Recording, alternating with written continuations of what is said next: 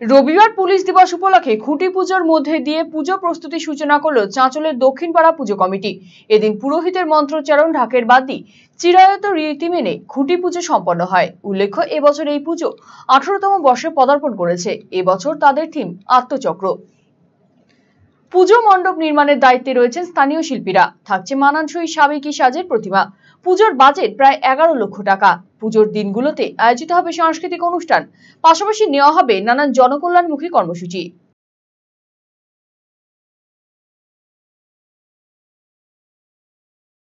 আমাদের এবার 18তম পুজো, 18তম বর্ষ আমরা উদযাপন করতে যাচ্ছি।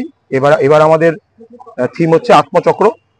সেই থিমের উপরই আমাদের প্যান্ডেল হবে এবং আলোকসজ্জা হবে।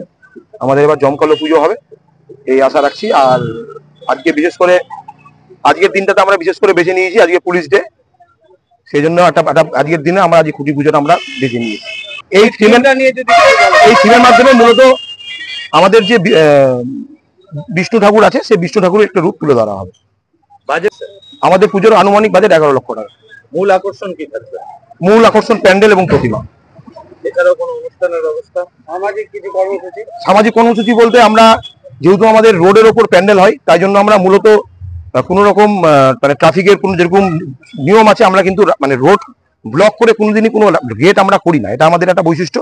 কিন্তু সাইডে যেরকম লাইট থাকা সেগুলো থাকবে, রোড ব্লক আমরা করবো না। আর আমরা তো পুজোর সময় একটা দিন বেছে নিই যেদিন আমরা যে সমস্ত মানে যারা বাইক নিয়ে আসে, যদি হেলমেট না থাকলে আমরা কিন্তু তাদেরকে হেলমেট পরিয়ে একটা বার্তা দেওয়ার চেষ্টা করি পুজোর দিনে যে হেলমেটটা অবশ্যই জরুরি বর্তমান রাস্তায় চলতে গেলে।